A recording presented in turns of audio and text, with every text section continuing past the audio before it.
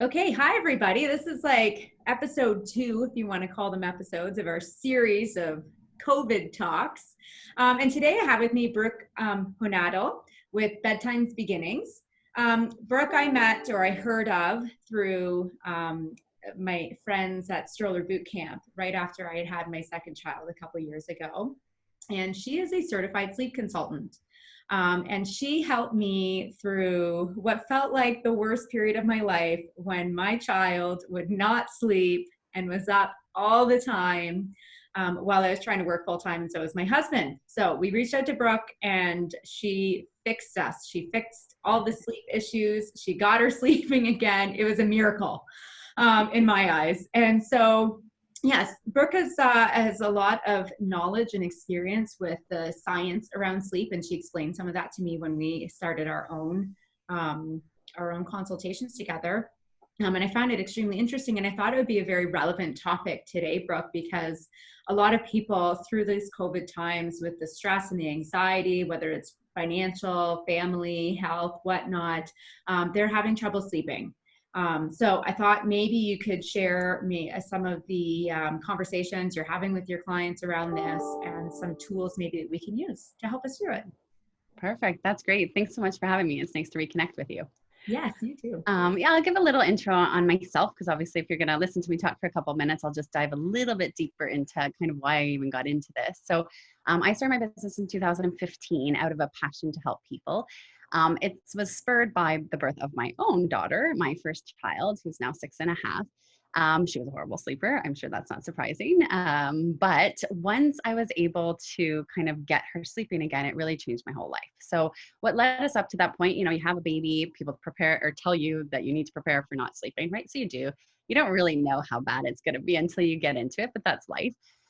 For us, at 4 months old, when she was 4 months old, my husband broke his leg. And it was a bad break. He was in the hospital for a week, only to come home to like live on the couch, right? So I'm taking care of her, I'm taking care of him. It's, as you can imagine, it was a little stressful, a lot, I guess, at times.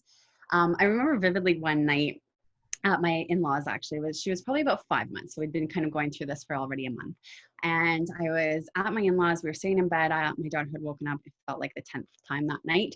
And I had fed her and she had fallen asleep in my arms. And I remember doing that balance and waiting until they're fully asleep before you put them down. And I remember I was just looking at my husband thinking, oh, I'm so envious. I'm so excited to lay back in bed. I just want to sleep. And our eyes popped open. And in that moment, all I could do was open my arms and drop her.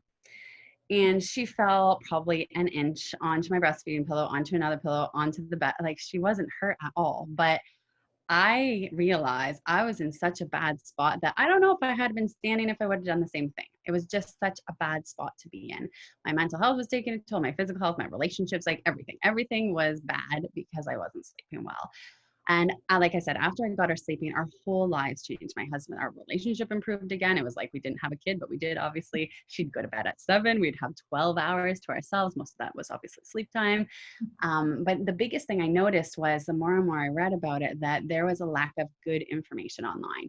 Just like, we can find anything we want online. You can Google whatever answer you want and you can find it, or question, I guess, and find the answer to it. So with sleep, there's a lot of biased information. And it was frustrating because when you're already tired, then you're trying to sift through all this information online and make sense of it. It is very overwhelming for your tired brain.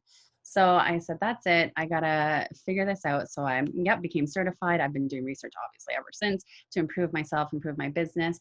I started out working with kids, as you know, but I've merged into working with adults over the last few years. And it's been really cool because it's, as you would guess, very different, but also very similar. When it comes to good sleep, we're all really meant to sleep, right? Like that's our body. We would actually die if we didn't sleep. I think it's 7 days, if I remember correctly. And, not a lot of that happens. Sleep deprivation is a form of torture, but, most of us get kind of the minimum sleep that we need to get by. When you're not sleeping well, though, a lot of times, whether it's children or adults, it's just something that's getting in the way. So for some people, it's sleep apnea or restless leg syndrome, where they actually have a physical diagnosis. For most people, it's behavioral in nature. So for kids, it could be the fact that they're dependent on a soother or rocking or nursing, which is my issue. Maybe laying together. But for adults, it's totally different, but the same, because they become dependent on watching the TV, having coffee late in the day, doing things that really aren't conducive to good sleep. And we all kind of get these little habits, and we maybe don't realize what the impact is. So I'm just going to touch on that quickly. Obviously, no time is an essence, even though a lot of us are home right now. We still I don't want to bore you all day with this stuff. So one of the top things I think right now that's really relative is routines. I know a lot of people, because they're either home or their kids are obviously home, routines have kind of gone out the window. So routines and schedule. So routine being kind of what you do to prepare yourself for sleep. So for me, as an example, as an adult, all I really do is come up, go to the bathroom, put my pajamas on, brush my teeth. Sorry, I usually brush my teeth before I put my pajamas, and get into bed, right? It's very simple. It's like 5 minutes, 10 minutes, right? It doesn't take a lot of time to do that. For our kids, though, those routines often are a little bit longer, but they're really, really important. So keeping those routines the same, because right now, since we're home, it's becoming spring and into summer, so the nights are getting longer. It's really tempting to, just kind of put all that to the side and just go with the flow. If that's working for you, great. Of course, don't change anything. But if it's not, and you've started to notice that your kids are having a hard time falling asleep, maybe you're having a hard time falling asleep, look at what's happening before bedtime. A lot of times it's either kind of a misstep in the routine, so we're not being consistent with it. So a good example of routine is reading a book downstairs or wherever, going up with your kids, going into the bathroom, brushing your teeth, going to the bathroom, and then into the bed with pajamas, and then tuck them in. As simple as that. Once those routines start to fall apart, then our children especially start to lose that lack of confidence and lack of control in knowing what that routine is leading to. So we always want to give them that XYZ equals sleep. And if we do the same thing every time, and again, this works for adults too, then our subconscious mind starts to know that sleep is coming, and we don't fight it as much. So routines are so, so important to just remain really consistent with, because then it just makes sleep easier, which who doesn't want that? When it comes to kind of timing, that's important too. So for our kind of like infants and through toddlers, it's 7 to 8 p.m., even preschool is a really good bedtime, somewhere in between there. Some people would argue with me and say, well, my kid doesn't fall asleep till 9:30 or 10. Okay, I believe you. But what might be happening is they might be getting overtired, which is really hard. So I'll explain it quickly, because again, this happens for adults and children alike. So our body has these natural cycles, which, in terms of our body, like our body clock or circadian rhythm, right? We wake up in the morning, there's a release of cortisol. As the day goes on, it starts to dwindle away. Then we have this increase of melatonin come nighttime, which helps us to fall asleep. It's called the vampire hormone. These two compete. So these two hormones compete. You can't have them in the bloodstream at the same time. So when we get overtired, then our body compensates into thinking it needs to help us survive. This is like a survival instinct our body helps us with. And it fills us full of cortisol, which acts like adrenaline and gives us energy. So when we miss that window of time, and our kids go from, maybe being fun and reading a book and hanging out docile, to like crazy hyper, overtired. I'm sure we've all seen it if we have kids. It's because of that shot of cortisol to help them stay awake and function. And if you were to put your child to bed at that time, it's going to be very difficult for them to fall asleep. It's just literally like their body is fighting it. So I would, if this is something that you're struggling with, then I would just take a piece of paper and write down and track almost their mood with the times, and see, is there kind of a sweet spot, maybe 7:30, somewhere in around there, give or take maybe half an hour or so, where they seem tired. And if so, that's their bedtime. That's when they should be in bed every night. And I would really try not to miss that window. The same goes for us as adults. It's kind of a funny thing, because sometimes we think we're tired, we need to go to bed early, or we don't want to go to bed, we have a hard time falling asleep, so we stay up super late. Both of those things can be beneficial, and both of those things can be detrimental. It's kind of a funny thing. We all have our own kind of type of body clock. So for me, I'm like an early bird. I fall asleep fairly early. Like I could fall asleep pretty early all the time. And I wake up at like 6, and I'm happy with that. That's good. My mornings are my best time. For example, my husband's the opposite. He would be happy to stay up till 1 o'clock at night if it meant he could sleep till like 9 in the morning. And that's natural. Of course, we all have different body clocks. So fighting your body clock is very difficult. So, with what's going on right now, if you don't have to wake up for work, then it might be a good time to try and figure out, what does your body clock need? What do you actually, need in order to get a good maybe 8 hours of sleep every night? If you're still having to get up for work though, then of course you got to get up at that certain time. So you have to kind of tailor it back, right? To make sure you're still getting that right amount of sleep. But we get overtired too. It happens a lot. We all get that dip maybe around 2 o'clock in the afternoon, right? Where we feel pretty tired. We maybe reach for a coffee or something like that. Which sometimes helps, sometimes doesn't, as you know. But yeah, we get overtired too as adults. So it's not just the children. Another thing that I wanted to talk about was night wakings, because that's something that I certainly see a lot with the children I work with, but also adults. It's not just difficulty falling asleep. It's certainly, some people have trouble falling asleep or they don't, but then they wake up in the middle of the night. And again, really what we want to look at is, why could you be waking? So for our kids, it's usually either timing or motivation based. So timing would just be as simple as, maybe bedtime's too late, maybe it's too early, not likely. Maybe it's too late, maybe they're napping still and they don't really need a nap and the timing's just off a little bit.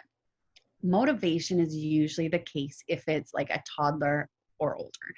And they wake in the night and they come to the surface of sleep. So everybody wakes multiple times a night. You and I do, regardless of, I have a newborn, so I'm waking with her, but regardless of that, we all wake up in the middle of the night, and most of us just grab our pillow, grab our blankets, roll over, fall back asleep, and we don't even know. We don't even know that we wake up. Sometimes you might remember it, but often you won't. So the difference being, when our kids wake up at night, if there's something worth waking for, they're probably going to wake up for it. And kids are smart, which isn't always a good thing for us as parents, because it can be as simple as going pee, getting a drink of water, a kiss from mom. It's the simplest things that they look forward to. So what happens is, their body maybe isn't used to sleeping through the night. They come to the surface of sleep. They consciously think, I bet if I called for mom will come in here right now and give me a drink of water. And like a good mom, we do, because that's like what we think has to happen, right? So we run in, give them a drink of water, they go back to bed, and we think, perfect. Sometimes they don't, but sometimes they do. But then it's on a cycle, right? So if you think that, what I always say is, just keep in the back of your mind, is there anything that I could be doing that could be motivating my child to wake up in the night? And if you can answer yes to that, then you kind of have to, nip it in the bum, so that maybe that's not happening anymore. And you can ease out of it. You don't have to rip off the Band-Aid, but kind of ease out of it, and you'll probably see that they stop waking at night once you remove that motivation. For us as adults, it's a bit more complicated. Certainly there's motivation. I worked with a lady once who smoked in the middle of the night. She woke up multiple times at night and went out for a cigarette. So that was certainly motivation based. More often than not, that's not the case, which is good, obviously. So there's kind of 3 principles to follow. Dr. Bootsing came up with this, I think it's almost 45 years ago now, and it still holds really true for kind of a simple way that we as adults can improve our sleep. So his main principles are: go to bed when you're tired. And these seem really simple, but they are, but they're hard to practice, obviously. So go to bed when you're tired. Leave your bed if you're not tired, and use your bed and room only for sleep. And why, again, they seem super simple, but why they're so important is, obviously, if you're going to bed and you're not tired, you're going to stress yourself out. You're going to frustrate yourself. And then again, you're going to have that shot of cortisol. You're not going to be able to sleep. And it's just going to be that vicious cycle. So my advice, and Bootsing's advice, would be to leave your room. So if you go up to bed and you have trouble falling asleep, say you've been in there for 15, 20 minutes, try not to look at your clock. I know that seems weird, but try not to. So whatever it feels like, and you haven't fallen asleep, leave your room. Go sweep the floor, go do something mundane for 10 or 15 minutes, and then come back and try again. Or come back when you're tired. If you're not tired again, then maybe wait a few more minutes and go back after you're tired again. And leave your room if you're not tired. Again, we're trying to prepare our subconscious mind for sleep, which is so bizarre, when we have to explain that, but it really does make sense, because we just need everything to want to sleep. And then making sure you just use your bed for sleeping. Like, a lot of us can fall into the habit of watching TV, doing work, sometimes eating, things like that, where, again, your mind isn't prepared that this is a place where you enter to go to sleep, right? So if you're always going into your room and maybe you're watching TV, maybe you're eating, maybe you're working, maybe you're sleeping, your body and mind don't really know what's coming next. So just use your bedroom for sleep. Keep it neat. Our subconscious mind hates clutter. So make your bed in the morning, whether you want to or not, just throw the cover over, put your clothes away, just tidy up a little bit, because you really want it to be like a sleep sanctuary. You want this to be a good place to sleep. And we love sleep, but if it's not coming naturally, then a lot of people actually fear sleep. They wake up in the morning and they're already worried about what tonight's going to be like. And that's pretty sad. So, if you can kind of shift that mindset a little bit, that's a huge help. The other thing, I guess, would be stress. I think that's another key point. Again, I don't want to take too much of your time, but I'll just try and touch on stress for a couple of minutes. Not so much with our kids. I think in terms of kids, it's not something that I'll touch on, that kids don't get stressed out, don't get me wrong. But in terms of sleep, if you're maintaining your routines and timing, they're probably going to be okay. Obviously do some mindfulness, or, there's other things that we can do with our kids. But in terms of adults, this is a pretty stressful time. There's a lot going on in the world right now. And we all, kind of deal with it differently. So if you feel that you're not sleeping well and you're feeling that you have an elevated level of stress, or maybe you always have a lot of stress, I would really love you to kind of tune into that a little bit. So stress is really unique because stress gets a bad rap. People talk about stress in a negative way. I'm stressed out, too much stress, right? It's not ever really discussed in the positive, but stress itself is actually beneficial at times. So when I do my presentations, I always show the stress curve, right? Like it's a typical bell curve. When there's no stress in your life, you're lazy, you lack focus, you lack drive, right? You think of like those high school stoners that never had a job, never did anything in life, right? Like that's them. There's no stress in their life. Life is good. And then as you work up the stress curve, you kind of get to the top, which is really like the peak stress point, your optimal stress. And this is comparable to like having an assignment due, or something like we were doing this talk today. I wasn't really stressed out about it, but you get that juice going, right? You feel good. You're like, yep, we're good. I'm prime. I got this. And then once you get over that, though, you start to get overstressed, right? And this is when disease sets in. We get overwhelmed. Things start to go bad, and the mental health takes a toll too, and not just our physical. So when we kind of start to get over that curve, that's when we need to pull it back. Because it takes about an hour to get over one stressful event. So if we have a stressful event in our day, our body compensates with that shot of cortisol. If we have multiple stressful events in a day, it's going to affect our sleep. So again, if it's just one, you're probably okay, right? You can probably handle it. This bedtime's going to come, it's not affecting. But if you're having multiple stressful events in a day, then you need to work on that. So of course, not surprising, I'm going to include meditation in a list of things that can help. I wouldn't say I'm an expert meditator. I think that it's a practice for a reason, because it takes a lot of practice to be good at it. But it doesn't mean to give up, right? If that's something you're interested in, even just doing some deep breathing, if you do some deep breaths for even 30 seconds, you can feel the stress start to wash away. So, and that's something easy to do at your desk or wherever. Even go to the bathroom if your kids are driving you crazy, and go take 30 seconds of deep breathing while you're having to pee, just so you can kind of bring yourself back down, right? Even if you don't have to pee, just go to the bathroom. So true. It's just like, I have to pee. Yeah. Right back. I know, right? But it's so important, because we got to bring ourselves back down, right? So it really does help. Another thing that I do sometimes is called, and I do it even with my kids, so this could be a good one if you feel some anxiety in your children, is progressive relaxation technique. The way I do it, which is how it was taught to me, is I usually lay flex. So start with your feet, and it's like a pyramid. You go up and down. So you start with your feet and you flex your toes like really, really hard for 5 to 10 seconds, and then release them. And then you move to your calf muscles and flex them really, really hard for 5 to 10 seconds and release them. And then, your thighs, your bum, you move all the way up and then all the way back down. You can do it a couple of times, but why I love it is I find tension in places I didn't realize I was holding tension. Like I carry a lot on my shoulders, a lot of us do. And then sometimes until I kind of bring awareness to that, I don't even realize how stressed out I am. So it's a huge one. You can do it right before bed. You can do it anytime. It only takes a few seconds, 30 to 60 seconds kind of thing. But that's a really good one too. So, anything, walking, movement is huge. If our kids aren't outdoors, they don't sleep as well. That's the same for us.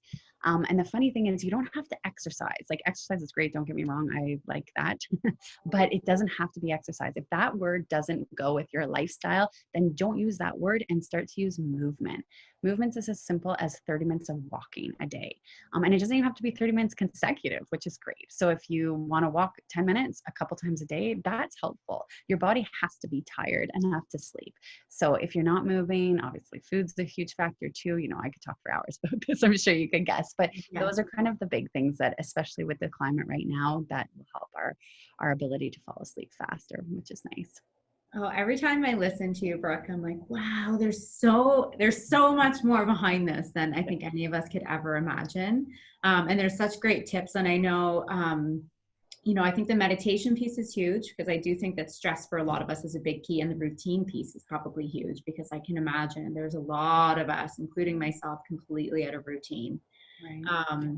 And it's funny, one of the things I was thinking about as you were talking is, as much as I can be very stressed and I can be out of routine, I can be overtired or undertired. If I go to bed, I fall asleep. And I don't know, is there such a thing as, yeah, I'm very fortunate that way. My in-laws used to make fun of me because I would get on an airplane and before we even started taxiing, I'd be the person sleeping. And they were like, how do you do that? Yeah. And I'd wake up when we got there. And yeah, and I can't do it anymore ever since I had kids and I had to stay awake on a plane. Now, even when I'm by myself, I can't sleep on a plane. But is there such a good thing, or is there such a thing as a good sleeper or a bad sleeper? Yeah, I would say there is. It's maybe not what you think it is, though. So sometimes we give ourselves that title, right? So I'm a bad sleeper. And the issue with that, I'll just speak to this for a second, is kind of like our mindset, right? So a lot of people I work with, this is a huge thing because they've not been sleeping well for weeks, months, years, sometimes. So they are a bad sleeper in their head. They tell themselves they're a bad sleeper. They talk about it with other people. They're a bad sleeper. They hear other people talk bad about sleep. They're other bad sleepers, right? And it kind of perpetuates the issue. They stay a bad sleeper. What I like to remind people is, even if you are a bad sleeper, quote unquote, you're not broken. And that's kind of the nice thing. So certainly you and I sleep really well too. It's kind of a luxury. It's a bit of a gift. I don't really have a good explanation for why you and I kind of fall asleep super well and compared to some other people. There is some like genetics to it, but I won't get into that obviously. But yeah, in terms of kind of being a bad sleeper, you're not broken. So if you're listening to this right now and you're like, I am a bad sleeper, you're not broken. There are things that can be done to fix it, which is the good news. Like, again, even with sleep apnea. So of course you have to go get your CPAP, you have to, do all that. But even people that have all that still don't sleep well sometimes, because it's not just the apnea that's, bothering their sleep. It's all this other stuff that we're talking about. So it can be fixed, which is great.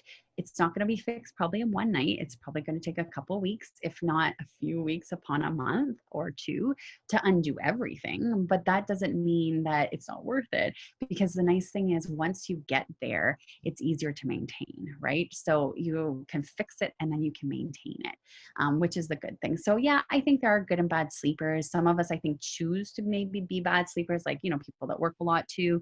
And then, people that are kind of stuck in that mindset. And then I think there's quite a few of us too that are, good sleepers, which is great. I wish everybody was a good sleeper, just because I think the world would be a better place. I just think, life would be easier if everybody slept well. How like road rage would go down, work people would get along better. It's just, yeah, it would change everything. Well, and I think things too, like I'm sure you could talk for hours about it as well. But probably things like obesity and whatnot, so like those chronic conditions would probably be less prominent maybe in our societies with sleep. So you can make 100%. better choices when you get a good night's sleep. Exactly. The hormones that are responsible for our hunger and the point, so becoming hungry, and also the point where we know we're full, those two hormones are impacted when we sleep. So not only are we reaching for high sugar, high carb, kind of things because we're tired and we can't make good choices, but the hormone that tells us when we're full is also affected when we're not sleeping well. So we overeat. So not only are we making bad choices, we also eat too much. So yeah, it affects everything. There's a couple of doctors in the States that really say, sleep is the number one killer in the Americas, because it's just this umbrella that kind of hangs over everything, right? Heart disease, obesity, mental health, car accidents, everything. So yeah, it's a serious thing. It's not kind of until the last few years that people seem to really be taking note of their sleep, which is great. We want to see that shift, obviously. For a long time, people were happy to not sleep, right? Like It was this like a badge of honor. measures your sleep, and then all of a sudden you're like, whoa, whoa. Yeah, I'm not sleeping well. This is why we're all paying attention to it finally. Exactly, which is great. So if there's anything that I've said, that hits home, or, somebody that's listening, they want a little bit more information, just please reach out. I'm sure you can share my information there, but because it's not always as simple as I've kind of just made it in these last 15 minutes, but it can be fixed. And I want people to know that as over everything, that your sleep can be fixed. We just have to figure out what's getting in the way. What is it that's making it difficult for you to sleep every night? Once we can kind of isolate the issue, then we can work towards fixing it. So, and it's super rewarding once you're sleeping better, obviously. It's pretty rewarding. Yeah. So I so appreciate, sorry. I was just going to say, it's life-changing. It's just, it feels so good. I really appreciate your time today. It's been wonderful. And I can't begin, like, for those of you watching this, I can't begin to say it enough. Like, Brooke was instrumental in helping our youngest child sleep. And it was like about a 10-day process. And then ever since then, we have been just doing great with sleep with her. And so when your child gets sleep, you get sleep, and that makes us both happy. But even as adults, if you're having trouble sleeping, like, it's the best money you'll ever spend to help you get a good night's sleep, and it's so worth it. So yeah, please reach out to her if this is something that has hit home with you. Again, it's Bedtime Beginnings. We'll be tagging the company in this post. And reach out to Brooke if you need any help with that. And thank you so much for your time. Thank you. Been so nice to see you again after a couple I know. of years. Yeah. That's a nice surprise to receive. So thank you. I really appreciate you bringing me on. Yeah. Well, and thanks for your time with a newborn at home. Like, My you're pleasure. probably supposed to be napping right now. Maybe. Okay. I'm in bed for like 12 hours right now. I don't sleep that long, but I'm doing pretty good. I just go to bed really early. Oh my gosh. Well, good for you. You look Yes. great. And thank you for everything. And we'll be in touch. That's wonderful. Thank you. Sleep tight. Thanks.